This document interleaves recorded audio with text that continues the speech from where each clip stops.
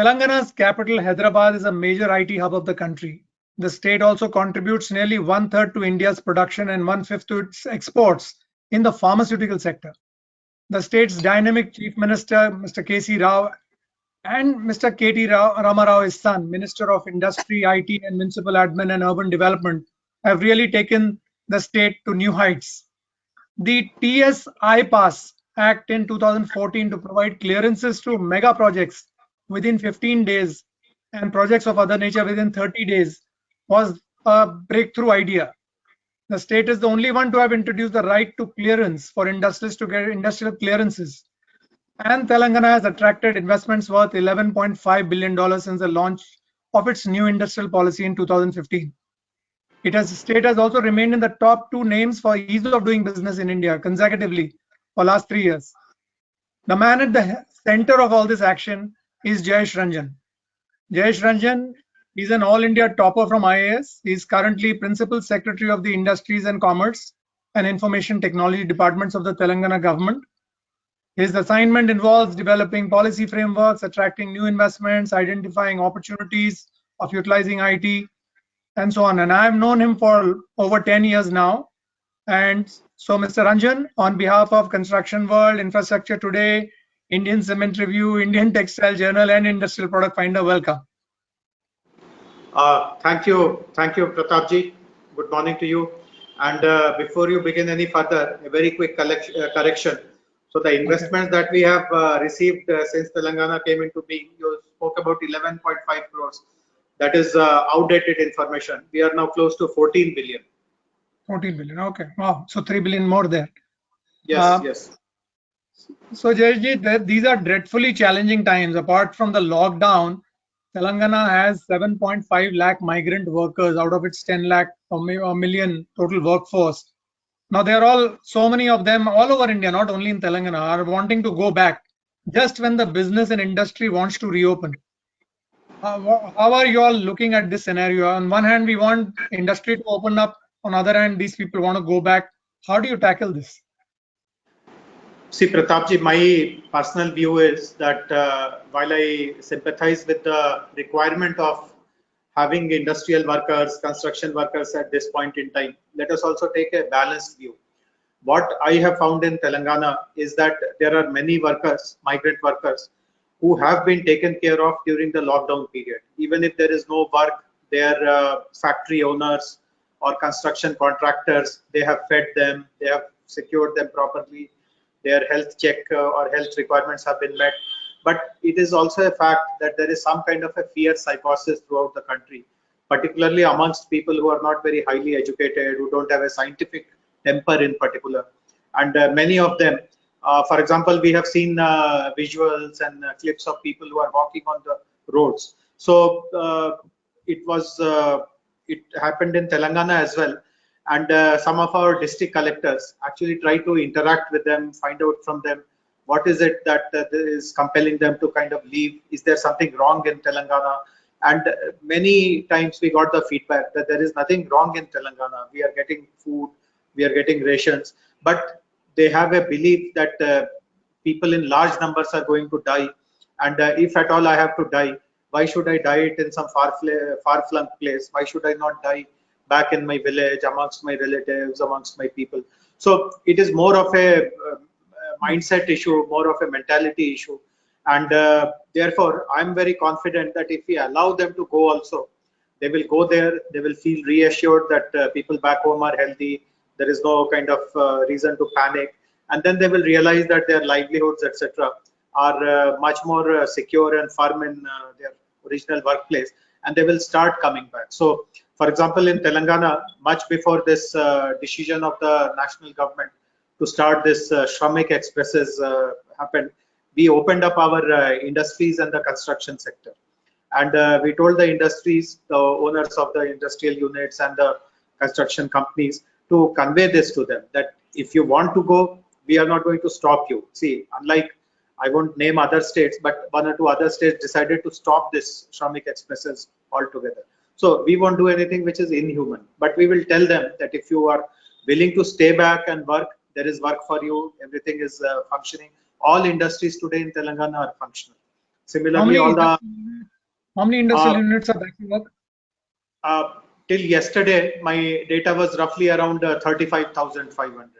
So we have close to 60,000 units, of which till yesterday 35,000 odd were functional, and those which were not functional, not because there is some financial issue, either the market has collapsed, the stuff which they produce. So, for example, there are many factories which manufacture automotive ancillaries, components.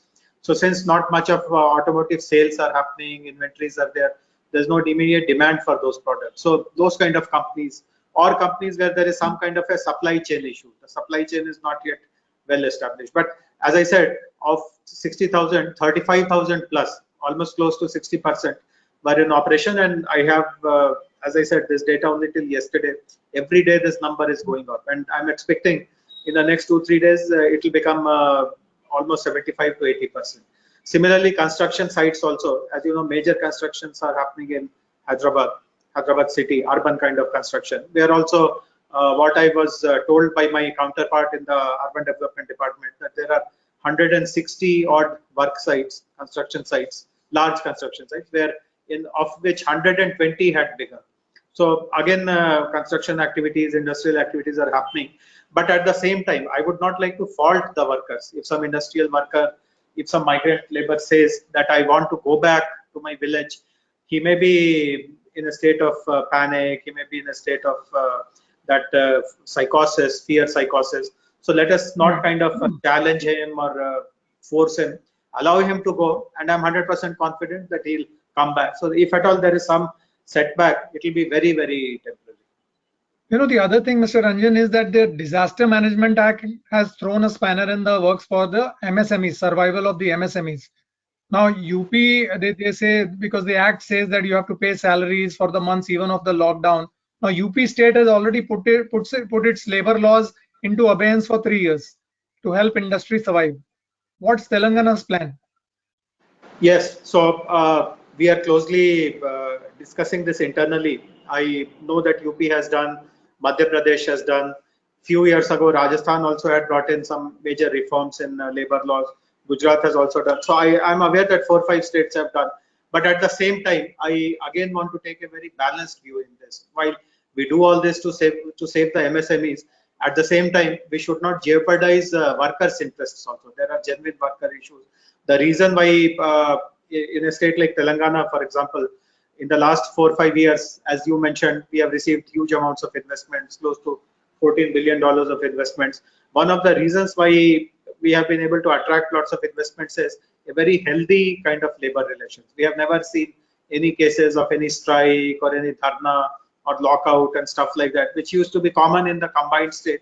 And it is very, very common in so many other parts of the country. So no labor strife at all in this part of the country, in Telangana that is. One of the major reasons is that we have balanced laws, which do give protection to labor, they take care of their interests. So despite the fact that our wages are comparatively low, if you look at the 4 southern states of Tamil Nadu, Karnataka, Andhra Pradesh, Telangana and Kerala, the 5 states that is, our wage rates are the lowest amongst these 5. But despite that, because we provide other protections, other kinds of securities and protection to the labor, there is no kind of unrest about it. So, which is something which we have also used as a very strong selling point. When we talk to potential investors about Telangana, we tell them that this is one state where you will have perfect labor relations, no one will disturb you, there won't be any dharnas, hartals, and when they have invested, they have found that to be true. And I can give you many examples of people reinvesting in Telangana. They have invested once, but they have realized that the going is so good there. They have brought their second project, third project. In fact, there is a company which has done 6 investments in Telangana in the last 5 years. So while we know that MSMEs and others need some flexibility, but at the same time, to jeopardize all labor protection, etc., all safety nets, etc., in my opinion, is also not a very good thing, and it will negate everything which Telangana has stood for in the last 5 years. So, as I said, we have gathered all this information. In fact, day before yesterday, only the Chief Minister's office wanted a note from me on what kind of labor reforms can be considered. I consulted my labor commissioner, and he also told me that let us strike a balance, etc. So we have given a note. But as I said, we will not be completely kind of opening up the, we won't create a free for all kind of a situation. There will be Shouldn't adequate number of checks and balances. Shouldn't the MSMEs have a ability to negotiate with their workforce and actually come to a sustainable kind of a level rather than be mandated by the government, in this case? That should be the balancing side. Yeah, so perhaps that is a good suggestion. This kind of balance that before every working season, you negotiate some kind of an agreement. It can be facilitated by the labor officers. So while you have some flexibility, but at the same time, you will be held accountable for certain kinds of guarantees. We will eventually be working on those lines. Speaking about IT, particularly, Mr. Ranjan, this contact tracing apps are becoming mandatory as we tackle the rise in cases. How's the implementation of that in Telangana? Are we developing them? Arogya Sethi is, of course, one of the center's mandated apps. No, so we have developed our own apps much before Arogya Setu. Telangana, as you know, Hyderabad, as you know, is a technology hub today, and therefore, right from day one when this lockdown etc. started, we were able to bring in lots of technologies in place, not just for contact tracing, but also I'll give you 4 examples of what we have done. One is that there is a strong contact tracing app. Similarly, there is a very good app which has lots of informative content, which helps you do a self-test to check if you have symptoms of COVID. It has teleconsultation facility. Similarly, we have created a chat bot. If you have lots of questions in your mind, instead of wasting time of some operator or some professional, a chat bot kind of answers 80% or 90% or 95% of your queries. Most importantly, in these times, since you are from the media, you also know this, that lots of fake information gets circulated, which also is very damaging many times. So when I speak about this earlier, when I spoke about this fear psychosis amongst the working class, one of the reasons is that they see all these, for example, some movie clips of some movies were circulating in WhatsApp of being scenarios of Italy, that people in Italy are dying on the roadside, and these, I mean, nothing of that kind happened in Italy. It was scenes from a movie called Contagion and some other foreign language movies, but lots of viral spread happened because of Kirana Linker. I think that app is also there where you've got your stores to Kiranas to yes. online. So this is again something which is very important. We have ensured that all the local groceries have the ability to offer their produce online and deliver at the homes. So online orders and home delivery, including digital payments, etc. So again, these are multiple ways in which we have utilized technology to manage this situation. You all had just started on a command control center project, the Twin Tower kind of a project, which was supposed to have major number of eyes in Telangana and Hyderabad, particularly with CCTV, etc. How ready is that project, or is it just started? See, the cameras are already there. Fortunately, large number, in thousands cameras are there in Hyderabad city. The bigger command center is not yet fully operational, but some functionalities have been readied, and fortunately, we have been able to utilize all that during COVID. So I will give you again 2 examples, very sophisticated examples. First of all, our government has made it compulsory that you should be wearing masks at all the time. Now, particularly when you are in a public place, when you are in the streets, etc., you must be wearing mask, and there is a fine also of 1,000 rupees. So what we have done is that these CCTV cameras, we have installed an artificial intelligence software. We already had a good facial recognition software, but now there is an AI edge added on it, which will detect whether the face has a mask on it or not. And that is a tool which helps police identify who are these people who are moving without masks. Similarly, as you know, physical distancing is another concept, and one important component of that is that within a cab or a car, not more than 2 people should sit. I mean, there should be a driver and there should be a passenger. So obviously there are instances where 4 people are found in a car. So again, an AI tool through which any car which is caught in a camera where there are more number of people, the tool will immediately capture its registration plate, and then if possible, the car will be apprehended, and so on and so forth. So lots of technology-based interventions, surveillance interventions in the police department for the public welfare, public safety is being tried out, is being implemented in Telangana. Are you all focusing on a certain types of industries for accelerating now that we are at this stage? Like pharma, for instance, is really an asset for Telangana because the pharma exports, etc. And now, given that if they can come up with solutions, it can be really good. Similarly, some other industries are you all focusing on for development?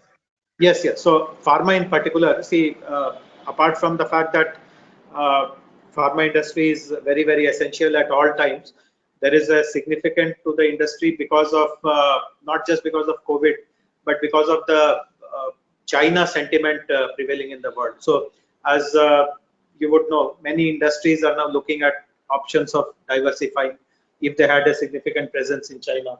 Similarly, there is a important national mandate now throughout the country that those sectors which were dependent on China for multiple reasons, that dependence has to be weaned away. So in the pharma industry in particular, most of our APIs used to be imported from China. And when the pandemic was at its peak in China, most of their production had stopped. So Indian companies were facing the threat of falling short of the raw material which are required to manufacture critical medicines, etc. So national government has mandated that dependence on China should come down. We should be able to develop indigenous capacity. And because we have a strong pharma ecosystem, we are in the forefront of attracting people to set up API manufacturing. And other sectors also. Yeah, which other other sectors. Yes. So electronics is one. As you know, again, our country relies quite a lot on electronics imports, again largely from China. So government of India has again come out with a very useful scheme, and state government also has its own scheme to supplement what government of India has done. So electronics is another sector. Textiles also, as you know, India's share in world textile is very, very low. Even countries like Bangladesh, Vietnam produce more than India. And of course, the largest happens in China. So again, we are in talks with government of India. We are expecting them to announce a scheme of mega textile parks. And then Telangana will be perhaps the first of the block to make use of that scheme and attract lots of investments here. So many of such sectors where there is a global possibility of diversifying, we are trying of those sectors. Any particular efforts you are making to attract the industries from China to Telangana? Yeah, so lots of efforts are going on. I won't be able to disclose everything in a media interview, but as you know, it's a very competitive kind of a business. So we are doing quite a lot. We already had, since you mentioned at the very beginning, for a new state to attract $14 billion worth of investment and succeed in retaining the investors, helping them reinvest second time, third time, and on. So obviously, a lot is going in favor of Telangana, and we are trying to maximize that brand Telangana, the ease of doing business, the ability of the government to respond to the needs of the investors. All that is being maximized now. All right, Mr. Anjandan, thank you very much for speaking to us. All the best in your fight against COVID and taking Telangana to the top again. Thanks a lot, Pratapji. Pleasure talking to you.